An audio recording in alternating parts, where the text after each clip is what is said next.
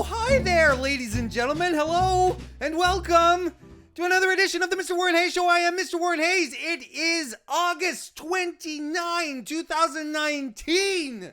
And do you know what that means? That means August is just about over.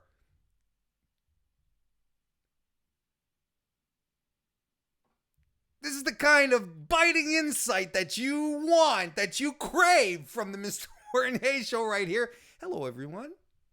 Hello. I'm very, very glad that you're here this evening. Here this evening, where do you say? What are you talking about, Warren? Yes, here this evening with me here on youtube.com/Mr. Warren Hayes, because I do the Mr. Warren Hayes Show live every Thursday night, 9 p.m. right here on YouTube. And again, tonight we are joined by a wonderful set of folks here who have joined the Mr. Warren Hayes Show just out of the goodness of their heart, just because they for some reason they enjoy listening to my wrestling insights and occasional, very, very occasional nonsense, correct? Yeah, that doesn't happen very much. I want to say hello to everyone who's in the chat. Tim is here. Mr. Fretz. Benoit is here as well. Kristen Ashley, how you doing?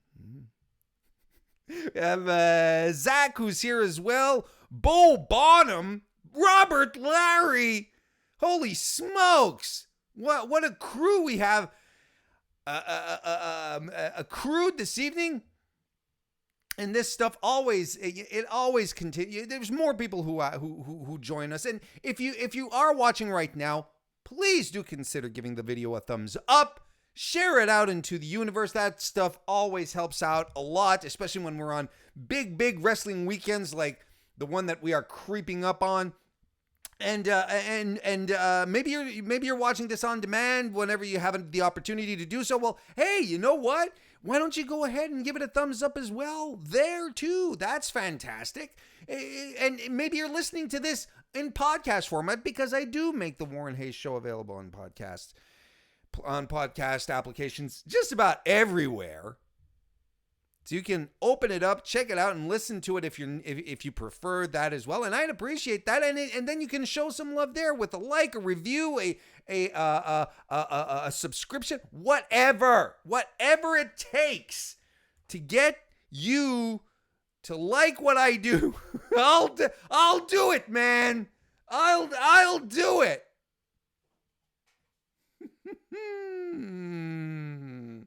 This is it's going to be a special evening tonight. I can feel it. I can feel it. And it's not just because it's the end of summer that's creeping around, you know. Technically summer doesn't end till September, right? And right until what, the 20th, 21st, I can never remember. But you know, as we get closer, I mean, you know, like officially that's when summer is done, but unofficially, you know, once Labor Day goes by, summer is pretty much done. And then school starts back for a lot of people, especially a lot of kids, elementary school especially, you know. And I want to give a shout out to everyone out there who has parents on their social media timelines, because this is the time of year where all you see are pictures of kids and their first day at school with the little lunch pails and, you know, with the little sweater vests and, you know, all looking all cute. Oh, first day of kindergarten. Oh, first day of second grade. I salute everyone who puts up with that stuff. Not that I'm above it. I have, guilty as charged, I have done this before. You know, putting out pictures of my kids on their first day of school. That's something that I've done previously, until I realized just how bloody annoying it is. And that honestly, no one really cares. I mean, your family cares, right? But you don't have to put it on Facebook. You can send them pictures. You can still do that kind of stuff. Jeez. You don't have to. Then people get surprised, like, oh, my kid only got 8 likes on Facebook. What's going on? Because you're lost in a sea of children who are starting school. That's why. There's nothing special about it. Special to you, not special to the viewing audience. want to say hello to Michael Alonzo, who just joined the chat. It's good to see you. Welcome aboard. We're gonna have a good time tonight. Oh man. Well, you know what? Let's. Wait. See, I'm getting ahead of myself. I'm really excited. There's a couple.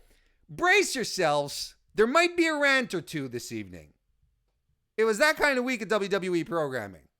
There might be one or two. You might want to call your mom. Put the kids to bed. Get them ready for school. Because Warren might be going off on a couple of things here. Yes, Mr. Fretz, I said hi to Kristen. And I even give her one of these.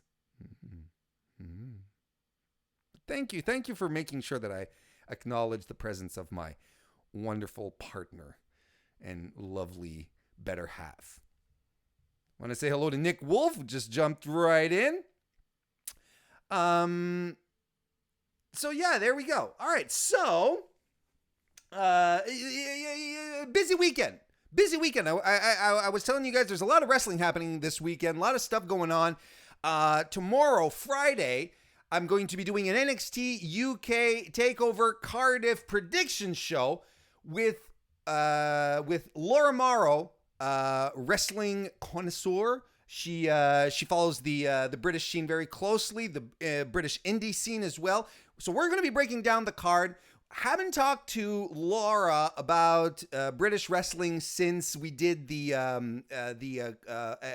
TakeOver Blackpool show in January. A lot has happened since then. So we're going to be talking about NXT UK, but I'm also going to take the opportunity to talk about the British Indies. So if you're into it, and I think you should be, because the British independent scene is extremely fascinating and it's very, very interesting, you should tune in. Special time, 4 p.m. Eastern, because Laura's on UK time, and at some point she does need to sleep.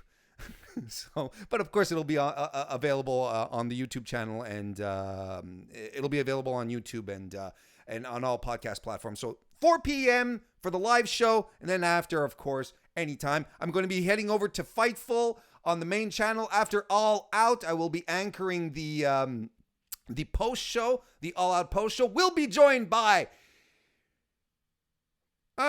joined by Jeff Hawkins.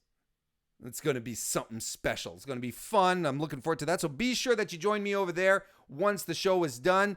And there you go. So we just got lots of busy stuff to happen this week. And if you want to hear what my all out predictions sounded like, looked like, felt like, smelled like, you can check it out. I had my all out prediction show earlier this week on Tuesday with Anthony. It's available on the podcast platforms and right here on youtube.com. I want to say hello to Sports and Things Carlos. How you doing?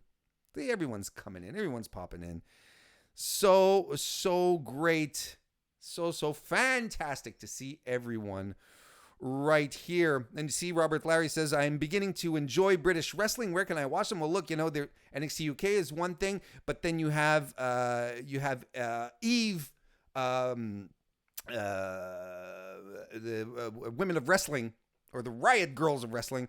That's a women-only British promotion. Fantastic stuff that they do there as well. Look, there's all sorts of fantastic OTT. That it's Irish, but let's talk about like the British Isles and Ireland, Britain and Ireland. OTT is fantastic as well. They, that was the stomping. Those were Jordan Devlin's stomping grounds. So you should check that out. There's so much great stuff. Rev Pro, thank you very much, Zach.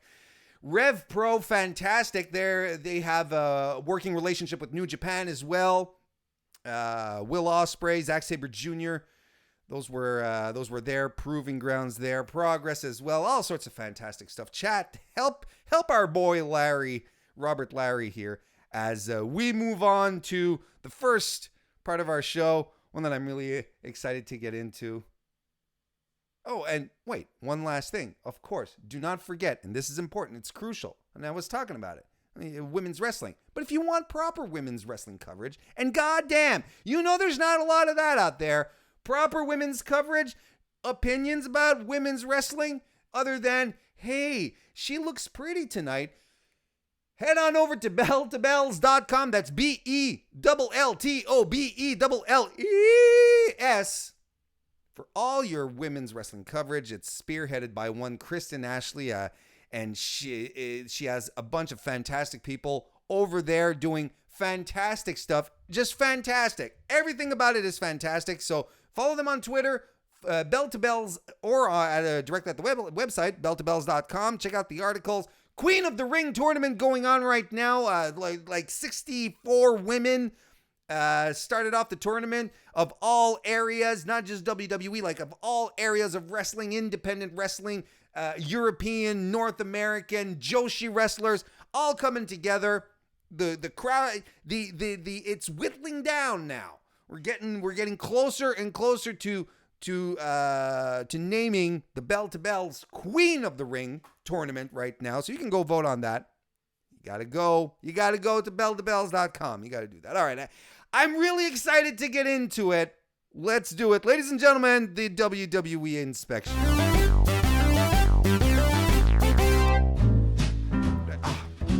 Why does it keep playing the intro music? Warren, the hell is wrong with you? WWE inspection, let's get to it. There's a lot of stuff to talk about this week.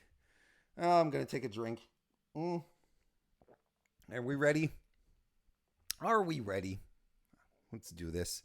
We're going to start a little harsh. We're going to start a little hardcore this week, and we're going to start by giving out some hot trash. And it breaks my heart, but I got to give some hot trash to Sasha's promo. It wasn't good. Oh my goodness, it wasn't good. And it's, Sasha Banks is not known for she's not known for her promo skills. The delivery wasn't fantastic, but you know what? The content was so incredibly wishy-washy. It wasn't there. It was not there.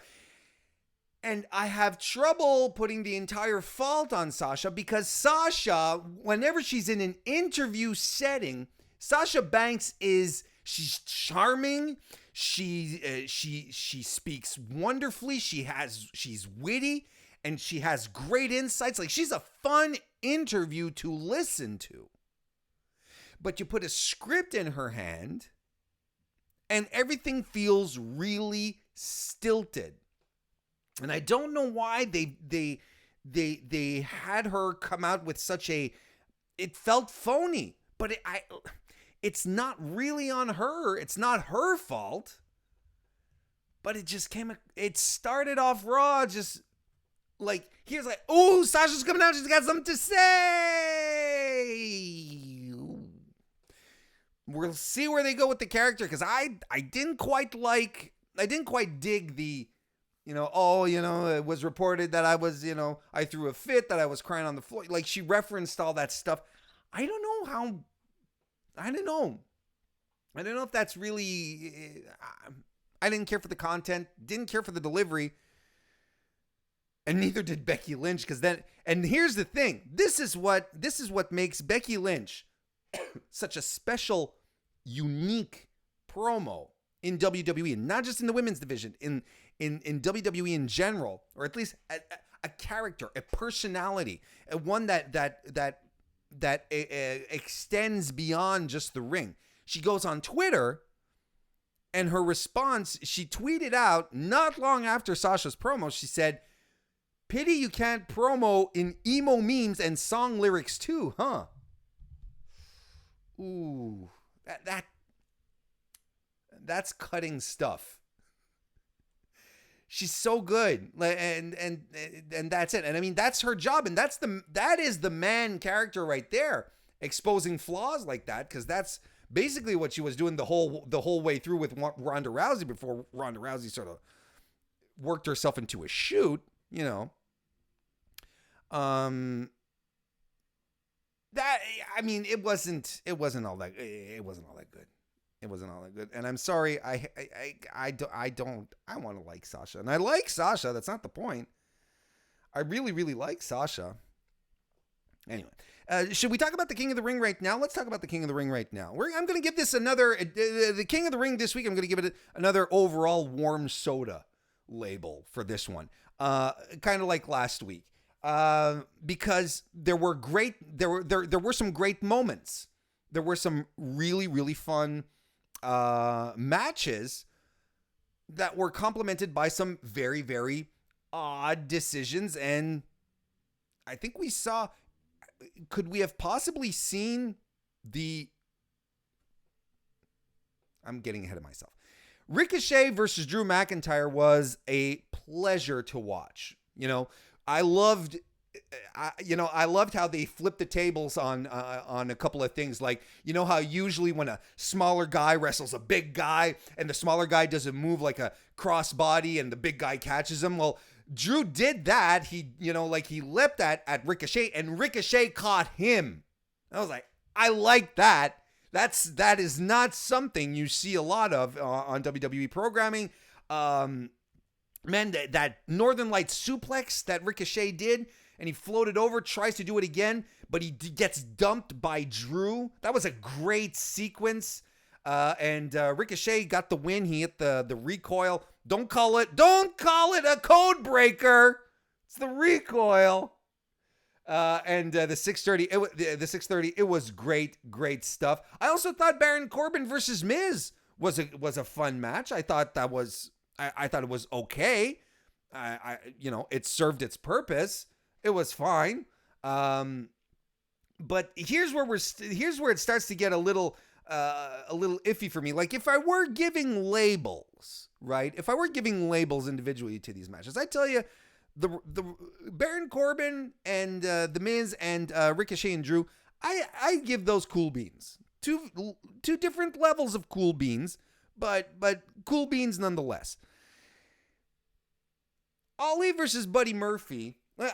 As many of you know, I'm a 205 Live listener. I'm an avid 205 Live listener. I love 205 Live. Buddy Murphy and Mustafa Ali last year had a legendary series of matches. It was these matches that put both those guys on the map and created legitimate interest in 205 Live. They were fantastic together. They delivered again tonight. I love the spot where Ali tosses Murphy to the outside, then runs for a dive. But as he's running, bouncing off the ropes, Buddy Murphy just comes into the ring, and as Ali is bouncing off the ropes, like he hasn't seen him, Murphy is jumping, connects with a V trigger. The camera work on it was fantastic. Us, even as the audience, didn't see Murphy run in until the very last minute. I loved that spot. I loved how Murphy also caught Ali as Ali was rolling through. He was doing like a rolling through moment, and he just dumped him. That was fantastic. Ali had a great suicide dive. Murphy with another one of his spectacular tope con hilos as well. And Ali was all over the place. Like Poison Rana and that tilt-a-whirl DDT that he pulled off. It was a fantastic match. But here's why I'm giving it warm soda. There's two reasons. The first, where I would give this warm soda, I should say, if I were just rating this one on its own. And it took a lot of steam out of the King of the Ring tournament for me. Ali winning, it's good, it's fine. He's fantastic, and I think he can indeed benefit from a strong showing in the King of the Ring. But you know what? Who else too? Buddy Murphy. And what I don't understand here, this is what I don't get. Buddy Murphy was inserted into quite possibly the biggest angle in WWE right now, a main event angle with Daniel Bryan, with Roman Reigns. He was put in that position. He has a competitive match with Roman Reigns that he loses, but the week after has a great match with Daniel Bryan that he wins. And he comes back this week, and you decide to murder all of that momentum by just having him just lose completely out of nowhere, despite the fact that he has been in this conversation regarding the whodunit angle. And despite the fact that he's gaining momentum, that he's coming off a huge win, he loses to Mustafa Ali. And it doesn't quite make sense. it killed a lot of momentum for him, and it cools him off now. Now he's not hot anymore. I think it did him a lot. It did him much worse, and Ali could have lost the match, and it would not have hurt him. But I think it does hurt Buddy Murphy in this context. I don't think it was a good idea. But then speaking about good ideas, how giving Chad Gable and Shelton Benjamin a 5-minute match.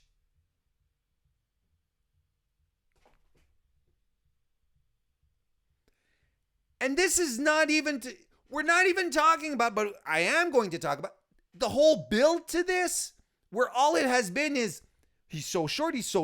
And then WWE pulling out Chad Gable is this great underdog wrestler. Is this what we're doing with Chad Gable? This is all they could manage to do with Chad Gable, is he's an underdog. And, he looks so, I know I'm small, but, if I put my mind to it, I can do anything. Jesus Christ, can't WWE do anything else with their smaller guys than just underdog stories? I would have been much more enthusiastic about Chad Gable coming in saying, you know what? I have been overlooked ever since I was called up from NXT with my pal Jason Jordan. I have been overlooked and tossed aside. They don't know what to do with me, and I am going to show them what they need to do with me. That would have been a fantastic angle, something you could get behind, other than everyone thinks I'm small, but gee willikers, I can do it. And and Shelton Benjamin, the whole short jokes and stuff, it's lazy. It's not funny, and it's lazy. And I'm completely over it. I said it, I think last week, and I think I said it the week before, and I'll say it again this week. Chad Gable is your modern day Kurt Angle.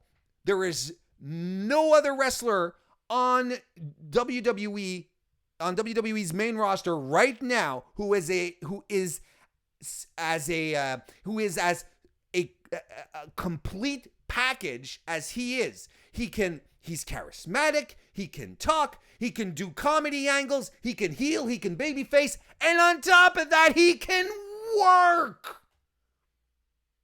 You just have to go back to the matches that he had, the 2 fantastic matches he's had on 205 Live with Jack Gallagher.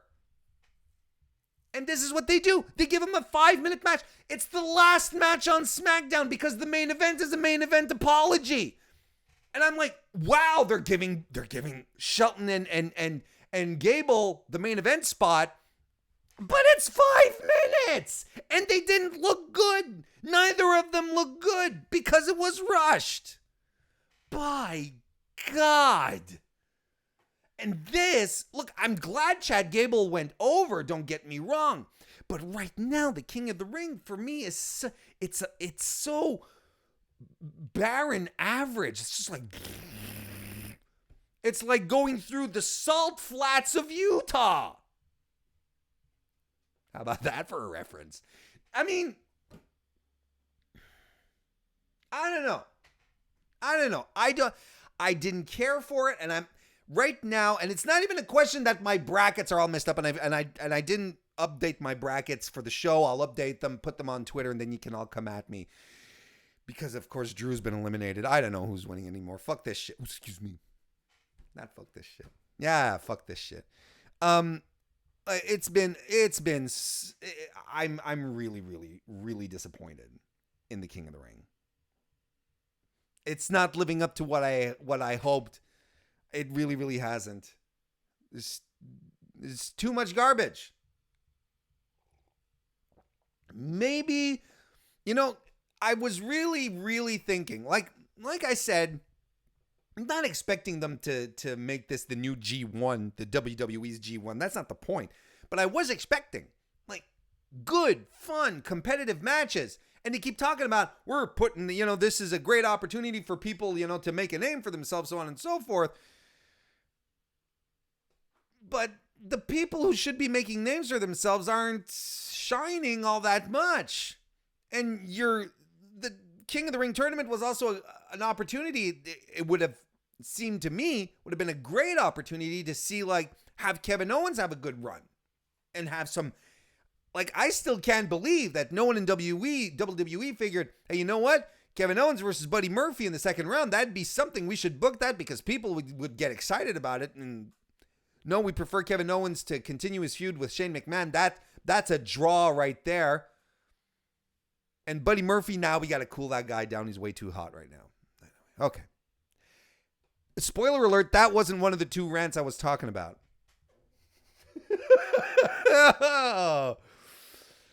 Benoit in the chat says, Gable is staying around for the paycheck. He might get his groove back if he goes back to NXT when it goes to USA. Robert Lyre says the final segment on SmackDown was complete nonsense and made the show unwatchable. Well, we're going to get there. We're eventually going to get there, aren't we? Of course we are. Okay, so enough of the warm soda. Let's get some cool beans in here. Natalya versus Sasha, I thought was a great match. I thought the ladies had a fantastic match. You know who else? I also thought Bayley and Lacey Evans had a great match. So those are two cool beans right there. And I mean, despite the fact that I thought Bayley looked really, really good. I thought the match was made to make Bayley look good, and she did. She worked really, really well. I thought Evans looked okay. I feel she's improving. I think the time off and working more the house show circuit is good for her. I thought Bayley had a better performance with Lacey Evans than she did with Nikki Cross on Raw the night before. They worked well together despite, Evans. She clearly missed a couple of spots, like that crucifix pin attempt that Bayley was trying to roll her into. And despite the fact that Bayley was so very audibly calling spots out. Arm drag at the start of the match. Did you guys hear that? Oh my God. I'm like, Bayley. Jesus. And the submission was cool. Don't see Bayley hitting some submissions all that much. I thought that was cool. And in the context of her feud with Charlotte, it makes a lot of sense that she'd be like, hey, you know what? I can do this stuff too. But we're gonna go back to some hot trash here because we're gonna be talking about the tag team gauntlet.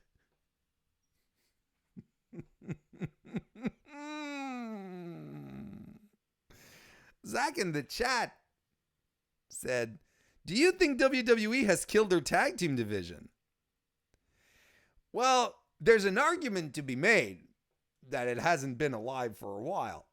But whatever was still living was taken out to pasture, pat on the head a couple of times, and then just put down. Because there was nothing good that happened in the gauntlet. Nothing. No, let me start over. Hang on.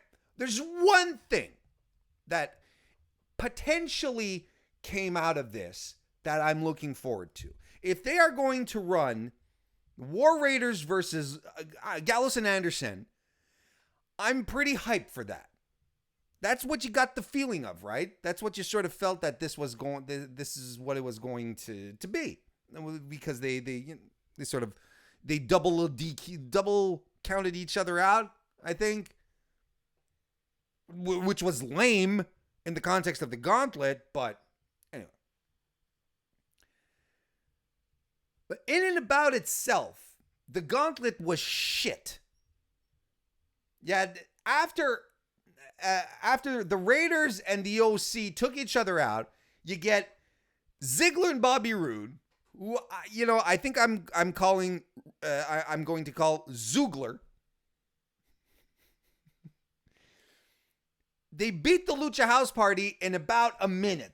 Then the Revival come in, and they fight Rugler for a little bit. But the Revival lost. The Revival, your current number one contenders for the SmackDown tag team titles, did not beat anyone in the gauntlet. So that's incredibly poor booking from the start.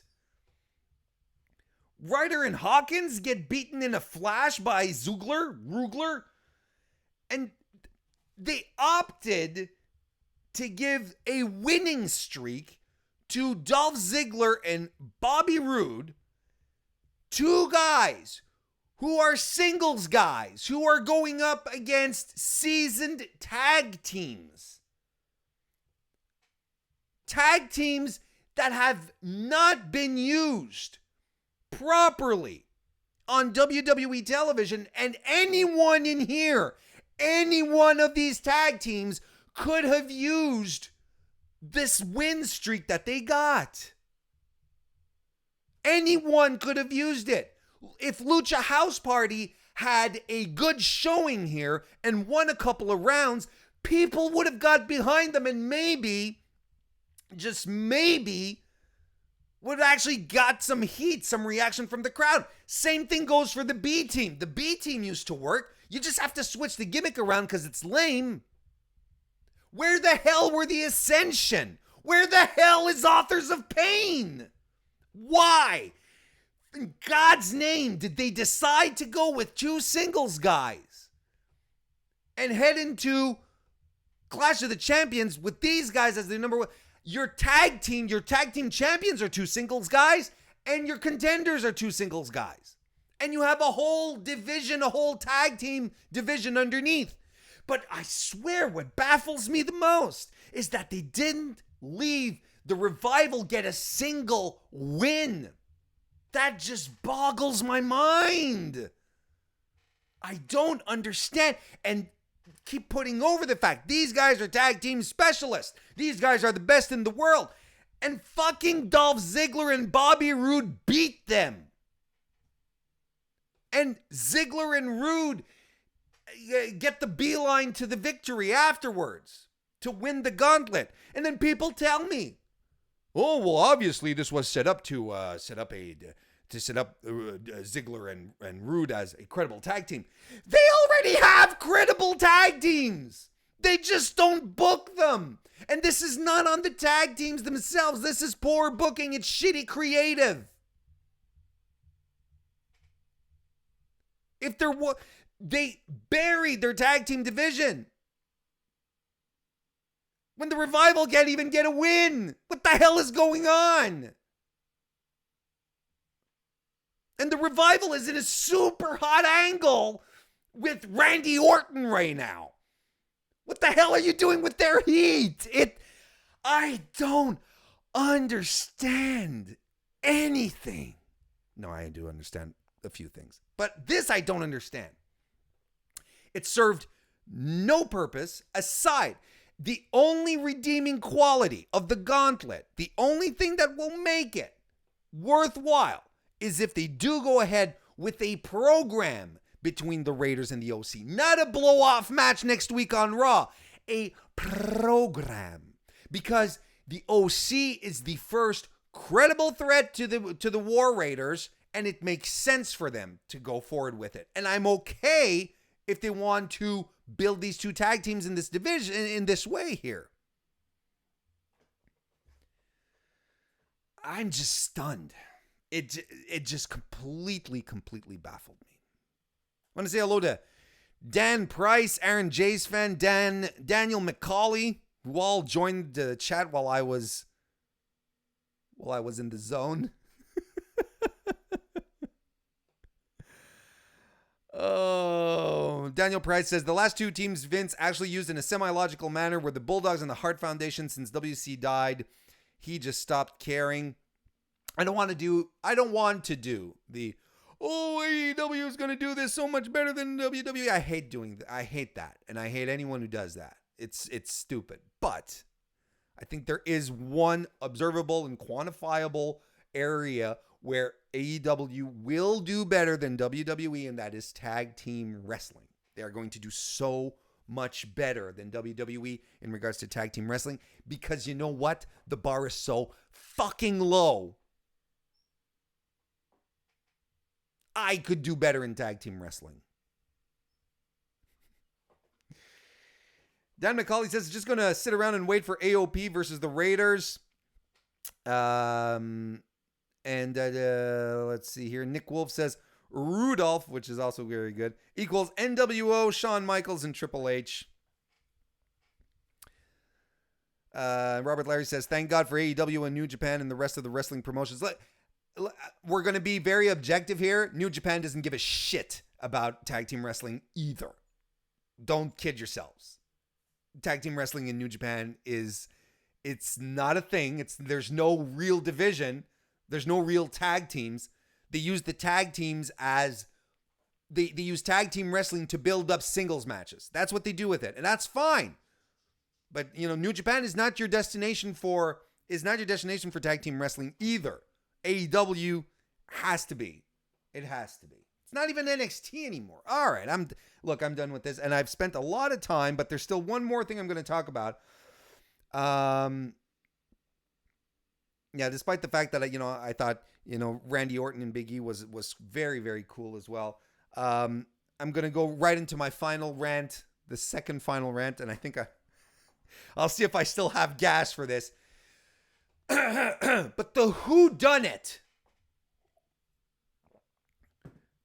the Roman Reigns angle, the main event apology. First of all, and if you're keeping score, if you're marking things like in a ledger somewhere or on an Excel spreadsheet, officially, Warren Hayes considers this week's edition of the whodunit as complete and utter hot trash, burning hot, scalding hot trash.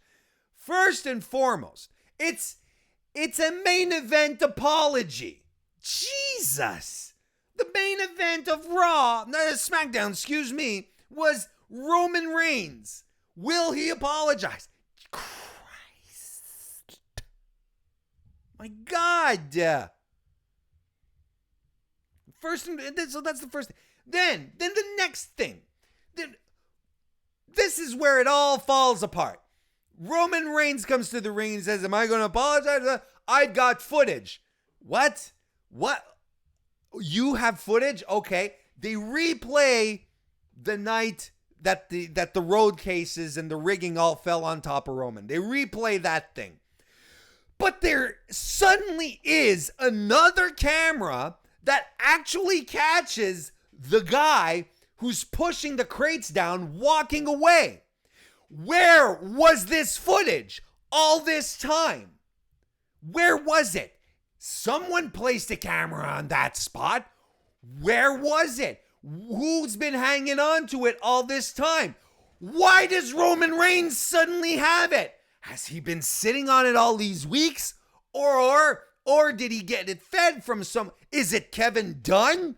Who gave Roman Reigns this footage, and why hasn't it come forth beforehand? There's an investigation going on. If the cops were involved, someone would be dragged to jail for obstructing justice. That's one thing. Then, Daniel Bryan looks at the footage. It kind of looks like Eric Rowan who did it, because he still has the beard. He still has a hoodie on. Why did Daniel Bryan instantly turn on Rowan and start slapping him and started calling him a liar? Last week, they brought a guy, a doppelganger of Eric Rowan, sat him down there, and it was like, we found the guy, here he is. Where was he this week? And why was he not referenced? Why didn't Daniel Bryan just go, wait, this could be the guy that we had last week? No, he immediately jumped down Eric Rowan's throat. So why did he bring a fake guy last week? Why did he bring a guy who wasn't the guy last week? And why wasn't it referenced this week? It doesn't make sense. And how do Roman and Why wasn't this footage used before? And why did Brian bring the fake guy in the first place if he knew it wasn't the guy? All of this just does not make any sense to me. And here's the thing, ladies and gentlemen. Here's the cue here. And something that I've mentioned previously, and I'm going to say it again because it bears repeating. If you're going to do murder mystery angles like this, if you're going to do investigation angles like this, whodunits, the only thing that keeps a whodunit interesting is consistency. The minute it starts going like this, it becomes garbage. It's just as simple as that. And I'm saying once again, WWE loves to say that, oh, we're sports entertainment. We've got the stories and the athleticism, but the stories, people tune in for the stories. Currently, just on Netflix, there are dozens upon dozens of amazing, really, really well-made murder mysteries. Some fantastic The Killing, Mindhunter. They're all fantastic. Broadchurch.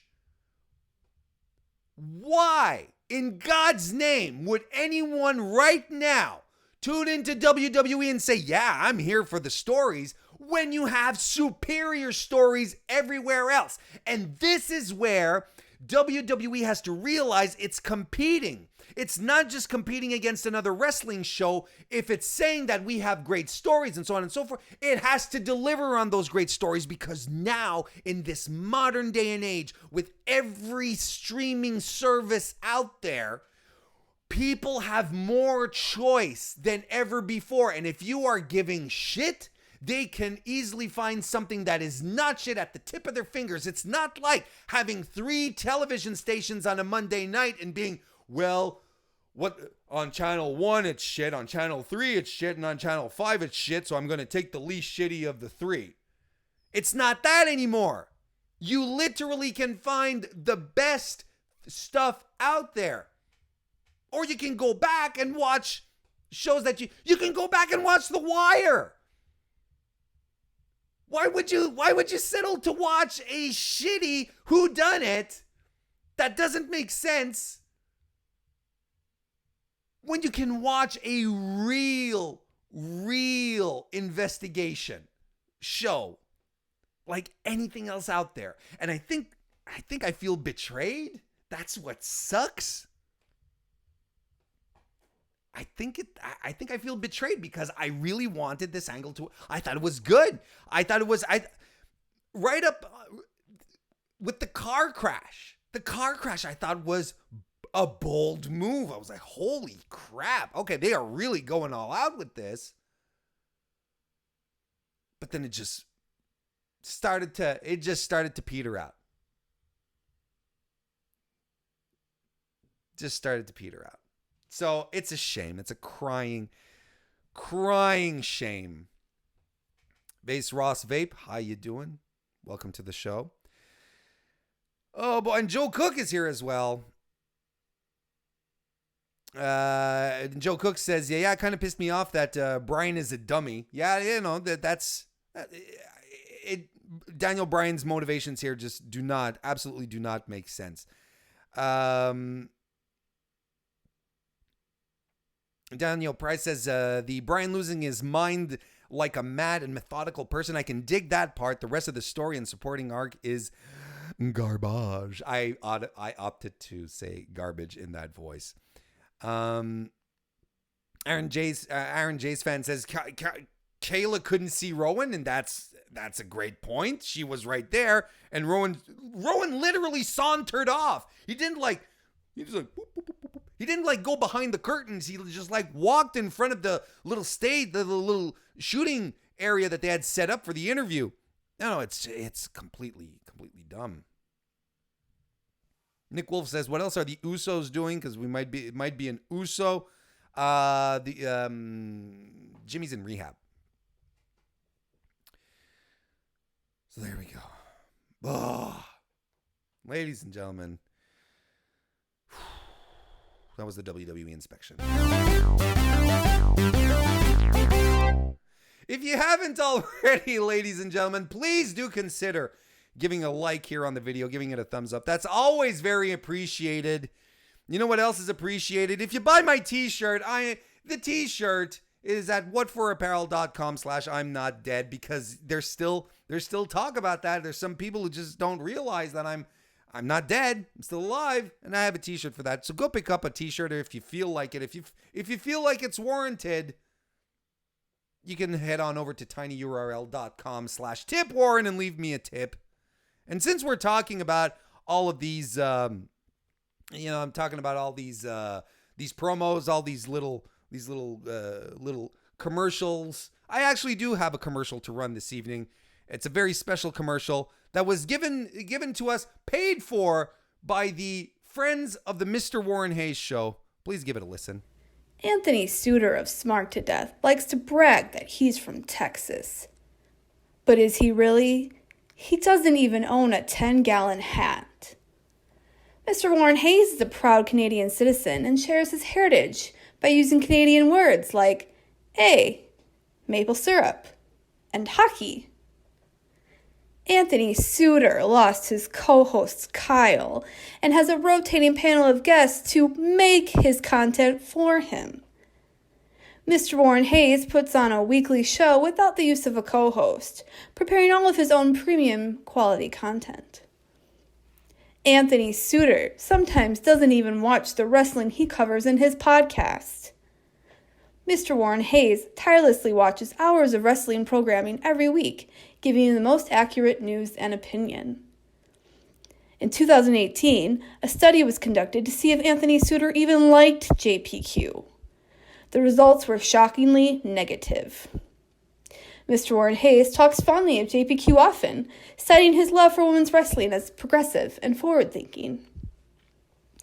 Don't get stuck paying for content behind a paywall just to get a sticker printed from a laser printer. Take it from me, Kristen Ashley, co-owner of Bells to Bells, the place to get your women's wrestling news, and often contributor of Fightful.com. Choose the MrWarrenHayes shows for all your wrestling news needs. And remember to vote MrWarrenHayes as the winner of the Fightful Rap Battle winner this coming fall. Thank you very much to the shadow organization known as the Friends of the MrWarrenHayes show. I appreciate it. Thank you so much. Thank you so much for showing your support. Very, very highly appreciated. So on top of, let's talk about something else. This weekend, right? We do have, we have quite a few, we have a couple of wrestling shows. We have, All Out, of course, which is, the big story. We also have NXT TakeOver UK Cardiff. That's happening. But we also have, New Japan Pro Wrestling, who's running the Royal Quest show this weekend. And I'm pretty excited about that. If I'm not pulling your leg too hard. Unfortunately, we're not going to get to see it. No one can actually watch it live. I probably would have done that, because I'm really looking forward to seeing a lot of these matches here. But it's going to be available on New Japan World a couple of days later. It's going to be on video on demand. It will not be broadcast live. Not quite sure exactly what the thing is. Well, it is being broadcast live, if I'm not mistaken, on Fight TV, but then you actually have to buy the pay-per-view. And I find it kind of weird. I find it kind of strange that New Japan is not that New Japan World has nothing. Is not doing the live thing. Very odd. And as a subscriber, I'm a little bummed. But, eventually, I will get to watch it, and it'll be a good time. And it's happening this weekend, August 31st, at the Copper Box Arena in London, England. I can run through a couple of predictions here. Why don't we talk about just run through the card very, very, very quickly? First of all, we have Taguchi, Shota Umino, and Ren Narita versus Roppongi 3K, Sho and Yo, and Rocky Romero. So that's really cool. I think this is. There's no question here that Roppongi 3K are going over. I mean, that goes without saying. You have the young lions with Taguchi, so of course Taguchi's going to do the coach thing with Shota and Narita, but I mean, there's no question here. I can't wait to see even what they have. Weird stuff going on New Japan World, because even the Super J Cup stuff it's not there. It's not on New Japan World yet either. So I'm like, what's going on? And we're heading into Road to Destruction, which is basically the main build up to Wrestle Kingdom.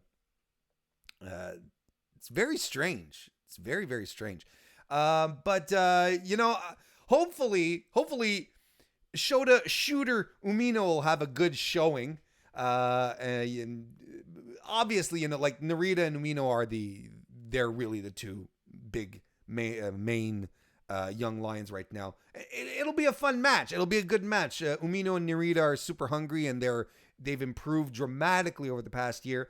Can't wait to see how this match goes, even though the outcome is it's pretty clear. Next, we have a tag team match: Kota Ibushi and Juice Robinson versus Yujiro Takahashi and Hikuleo of the Bullet Club. Again, this one they've telegraphed this one pretty hard. There's no way your G1 winner and Juice Robinson, who is on a great upkick to his career right now. He's having a great 2019. There is no way they're losing to Hikuleo and the Tokyo Pimp. Are you kidding me? That's all I have to say about that.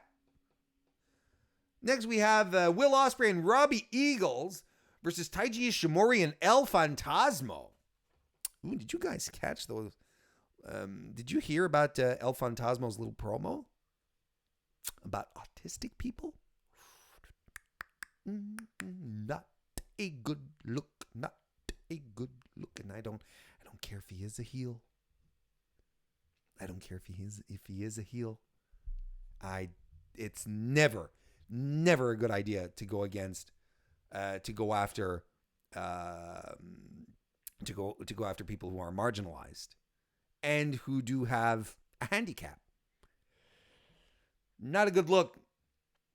But if we're talking about the match in and about itself, Ospreay, Eagles, Ishimori, Fantasmo, they're four fantastic juniors. I don't know what New Japan is doing with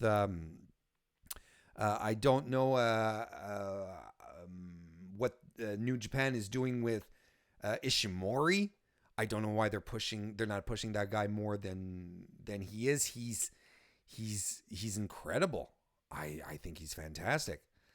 Yeah,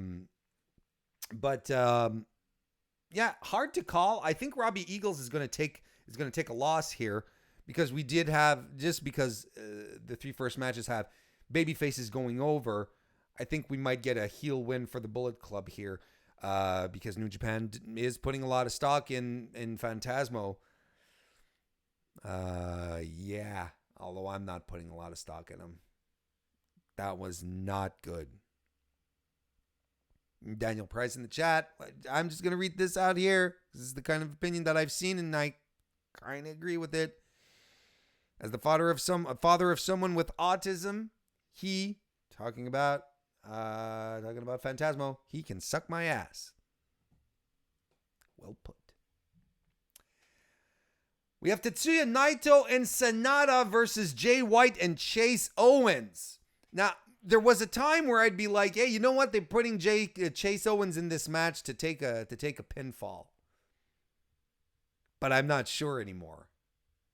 And Jay White is on an uptick. He really is on an uptick. A couple of weeks ago, I did a stream where I was talking about Jay White, and I still really do think that Jay White currently, right now, is the best pure heel in all of wrestling. Don't come at me with your MJFs, People like MJF because he's a jerk.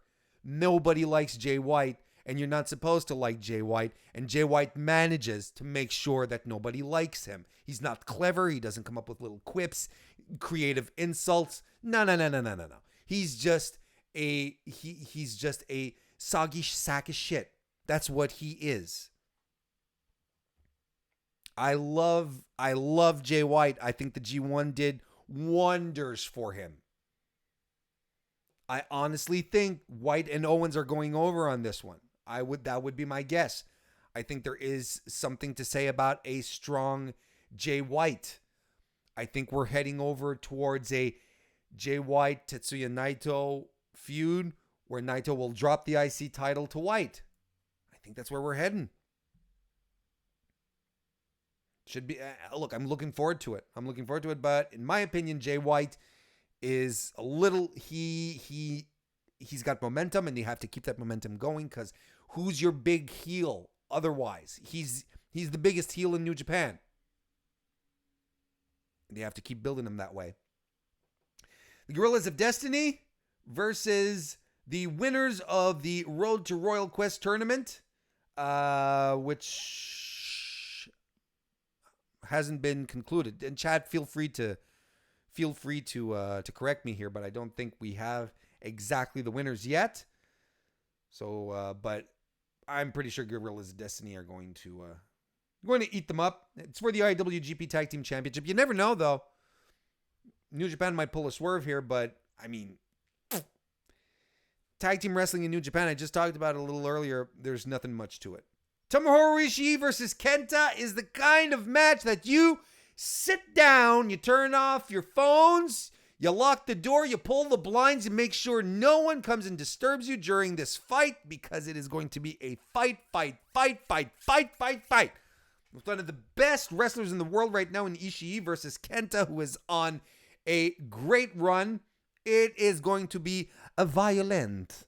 There's going to be a lot of punching, a lot of forearms, and a lot of lariats. That's going to be a brutal match, and it's for the Never Openweight Championship.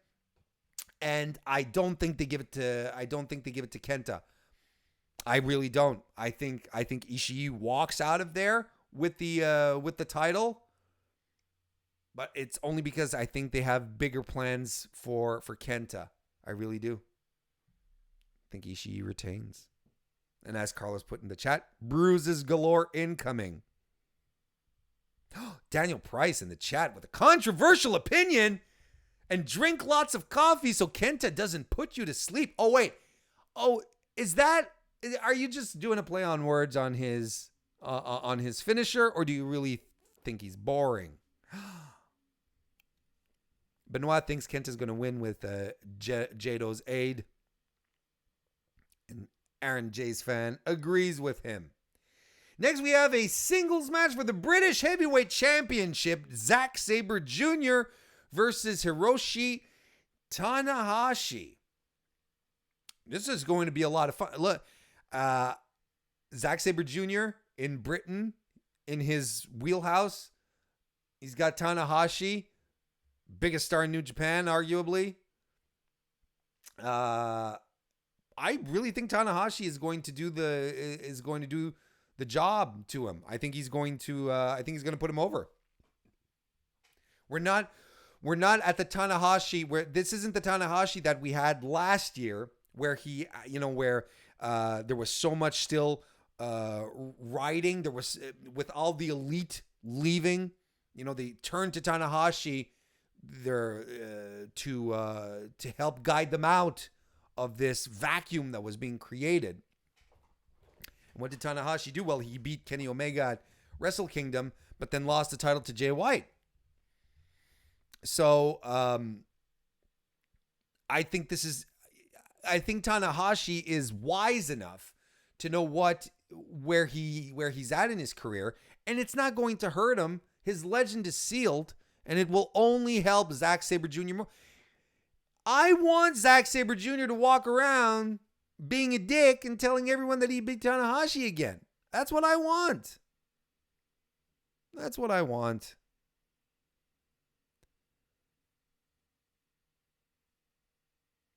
Daniel Price says Tanahashi's too beaten up. They can sell his shoulder getting worked down into a saber lock.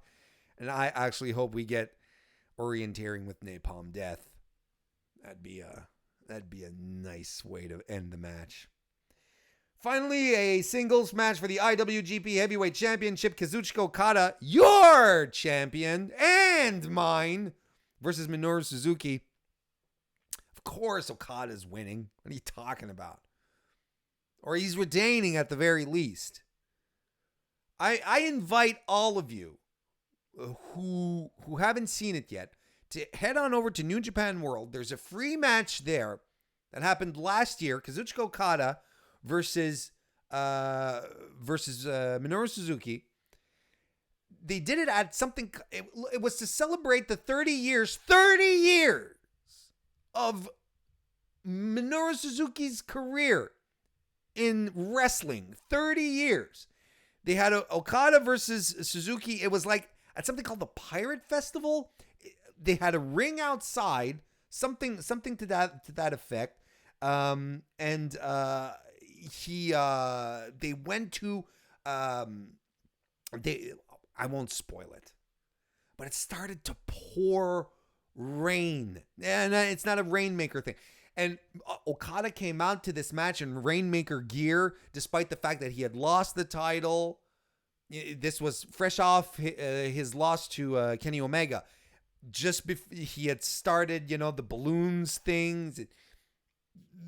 But he had come out in rainmaker gear, and boy, oh boy, Suzuki and Okada had a fantastic match, and it's free. It's free, available on New Japan World. You don't have to be a subscriber to New Japan World. You just need an account.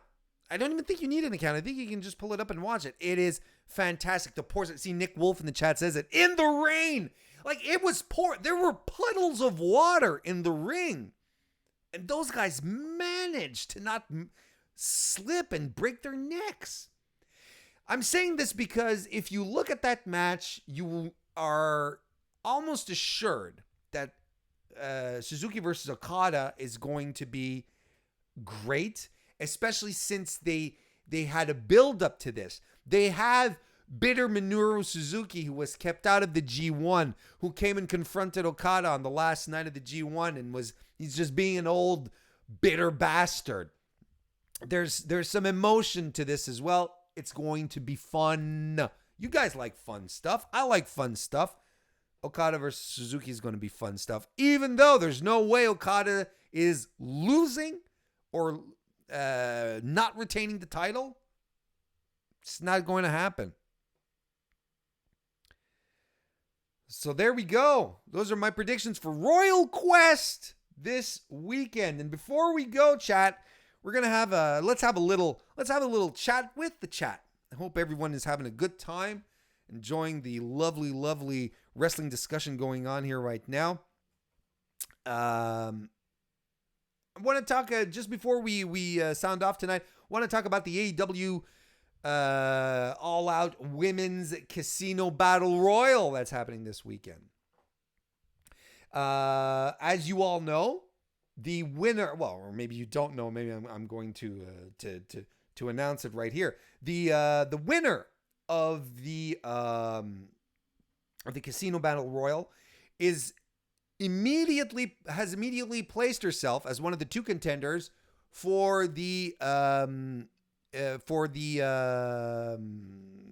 AEW World Women's Championship to become their inaugural champion, which is they're going to be crowned in October at a TV show, at a TV taping, at a TV broadcast. So I'm looking forward to that. The other winner, they're going to be facing either Riho or Hikaru Shida, who are fighting, who are having a singles match later on All Out. So the winners of those two matches are going to come together. The Casino Battle Royal, if you remember from the previous Casino Battle Royal, there will be the women come to the ring in groups of 5. There are 4 suits: jacks, clubs, diamonds, aces. Christ, Warren, as if you don't know what cards are. spades, clubs, diamonds, hearts. They come out in those four groups of 5, 20 women plus 1 joker / wild card woman who will be added. Last at the men's battle royal, that casino battle royal, that gentleman was none other than Hangman Adam Page. Was supposed to be some kind of surprise, but no one was really surprised because Page wasn't booked on the card. So of course it's going to be him, and it was him. So now this is going to be a bit of the same deal here. 20 women plus 1, and as it stands right now, here are the women that have been confirmed as a part of the Battle Royal. Shaz McKenzie, who was announced today. That was something that a lot of us were expecting, but it hadn't been announced yet. I was like, why are they sitting on this? Shaz McKenzie's going to be in it. Teal Piper. There's been a lot of talk over Teal Piper, Roddy Piper's daughter. Ariel Monroe, also known as Big Swoles. That's fantastic. Ivelisse. Jazz, current NWA Women's Champion. Sadie Gibbs is in here. Awesome Kong has been announced.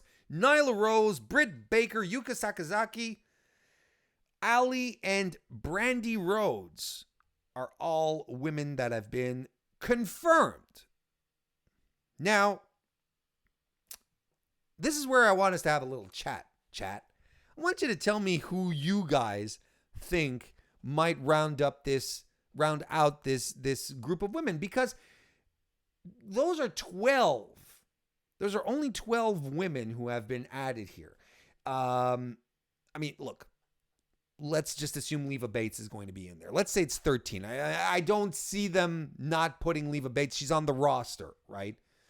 They're probably going to put Leva Bates. So let's say 13. I'm confident that Leva Bates is going to be in there. Let's say 13 women. That leaves us with 8 open spots. Is that right? 8 open spots for women that haven't been announced yet. Aaron J's fans in the chat says, and I was about to lead into that, no mention of Kylie Rae. And no, there is no mention of Kylie Rae yet. She's still on the roster. She's still, if you head on over to AEW Wrestling .com, she's on the roster. She's there. And no word on Penelope Ford either, for that matter. And she's on the roster there. Those are 2 fantastic women who are on the roster, and I don't know why they haven't been mentioned at all. And of course, the mystery with Kylie Rae, if you haven't been following, is that she deleted her Twitter account recently. And there's literally been no news. No one knows where she is. Kristen Ashley of Bell to Bells likes to remind me, or anyone who will listen, actually, that Kylie Rae is a grad student. You know, she's finishing up her degree, her master's, I want to say. Feel free to correct me if I'm wrong, Kristen. But so it could be just like she's in finals and she wants to focus on her schoolwork, and that could be as well. And you know, Twitter can be garbage. It can be a fantastic place, but it can also be garbage. So we don't know exactly what's going on. But Penelope Ford is a mystery. She's still very active. She's on the roster, and she hasn't been mentioned. And you know what? You know what, guys? I really like Penelope Ford. I really, really like Penelope Ford's work. So I'm kind of bummed that they're not doing anything with her.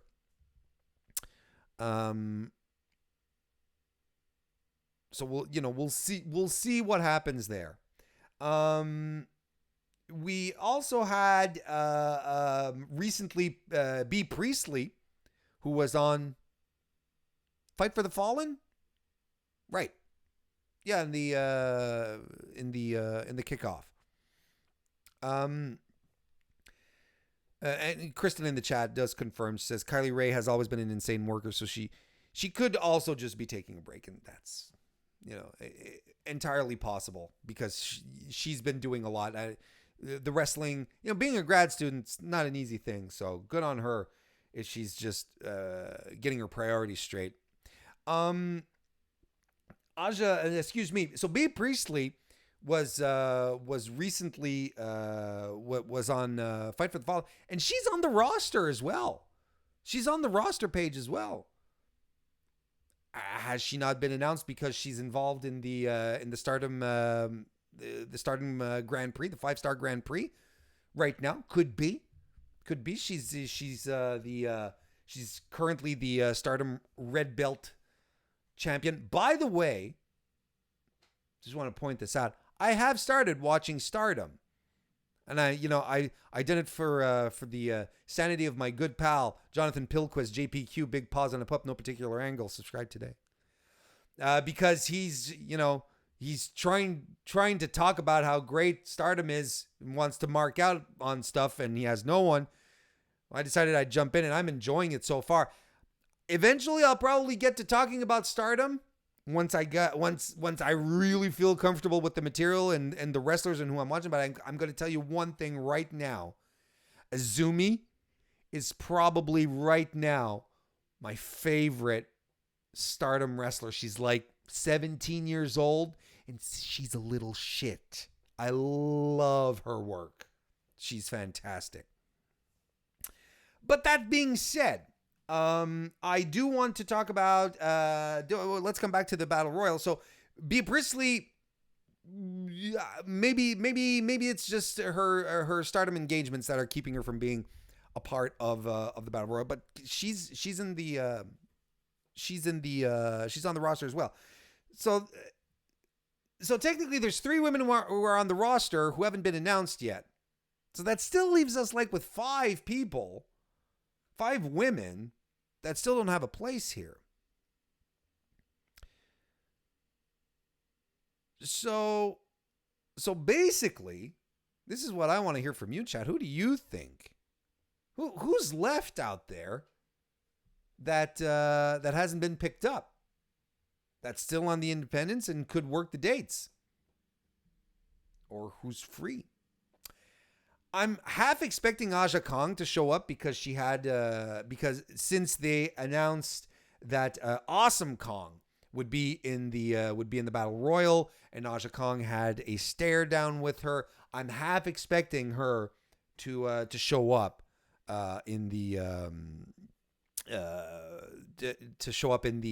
Battle Royal. Correct me if I'm wrong here, but isn't Scarlett Bordeaux done with Impact?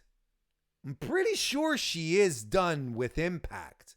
Hasn't she shown up on AAA matches, AAA cards recently? I know Impact and AAA have some sort of working agreement as well. That'd be interesting. Of course, everyone is talking about Tessa Blanchard. That would be a coup. And that would just flip. It would just completely flip on its head the relationship that Impact has with AEW. Then, it just opens up a whole other series of stories here. You guys are lots of suggestions in the chat here. John has a few. Nicole Savoy, which is a very, very, very good choice. Zoe Sky and Samantha Heights. Nick Wolf says AJ Lee with her manager CM Punk.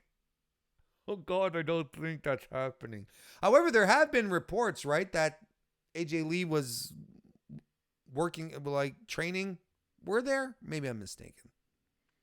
Ooh, Jason PS3 says Mercedes Martinez. Oh, that would be great. Martinez is fantastic. And I got to I got to chat with her a little bit. I went to a show a couple of months ago, and I got to chat with her a little bit after. And I asked her straight up. I asked her, why hasn't WWE snatched you up? And she said, well, she sort of shrugged and said, look, I've done the Mae Young Classics. They know the kind of work I do, and she kind of feels that it's her age. That is the big problem, which is stupid, WWE, because even if her age is an issue, She's a ring general. She's a technician. You put this woman on your training staff. But then again, maybe that's not something that Mercedes wants. Maybe she still wants to wrestle. And this would be to me, Mercedes Martinez ends up in AEW. This is kind of like a mass, to me, it's a massive fuck you to WWE. So that's actually a great suggestion. Delilah Doom is also a very good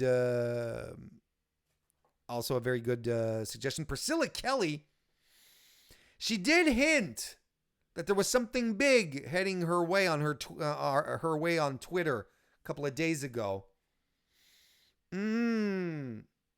That, to me, that's safe money here. It's safe money. Thunder Rosa as well. John is from John. JPQ is just nailing everyone. Thunder Rosa would be actually really, really great. That would be a fantastic get as well. Cheerleader Melissa as well. Daniel Price says Tennille Dashwood probably shows up, but she just signed with Impact. That's a done deal, and the ink is really, really still fresh on it. They announced her and everything. Like I said, if we start opening up the valves to Impact talent, then you can start thinking about Jordan Grace and Sue Young and Rosemary. But when you just think of that, you're like, my God, it really is the greatest women's division in all of wrestling. It's bananas. But yeah, it's really strange. Like, I don't know what their relationship with Impact is, and a lot of these women are locked down there, like Taya as well. It's hard to say. It's so hard to say. Getting Tessa Blanchard there would be enormous, but then she's also on WoW.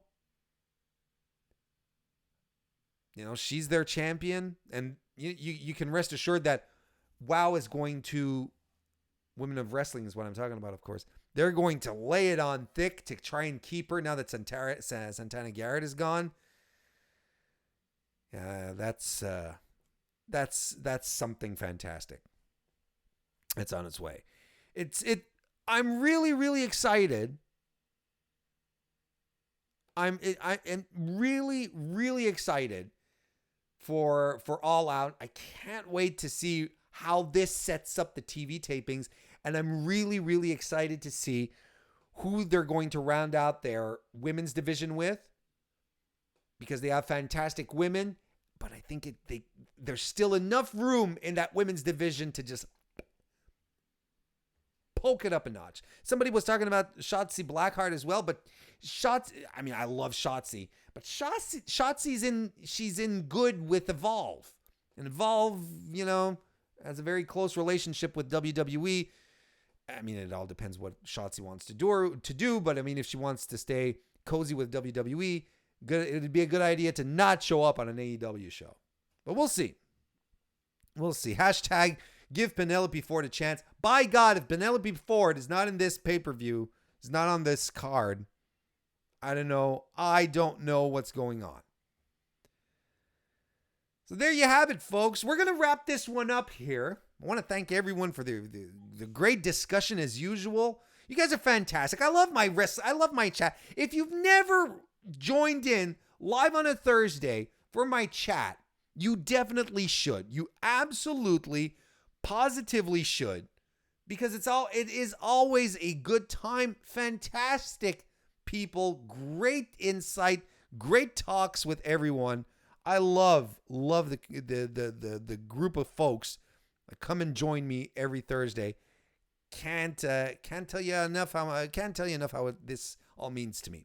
Remember to answer Dutch Oreo's question in the chat. Remember, tomorrow, 4 p.m. Eastern, right here on youtube.com/MrWarrenHayes, I will be joined by Laura Morrow. She will be joining me to go over NXT UK TakeOver Cardiff. And as I want to mention as well, we will also be taking a time to do a little état des lieux A bit of a status report on the state of British wrestling on the independent scene as well. So that is going to be a good time. 4 p.m. is the live show and will be available later on YouTube and on your favorite podcast application. Ladies and gentlemen, thank you. And like John said, if you haven't hit the like button yet, hey, feel free to do so. I would really, really appreciate it. But I really, really appreciate you guys showing up. Thank you all so very much. Thank you all so very much for tuning in again this week. And I'll see you next time, which is tomorrow at 4 p.m. with Lauren.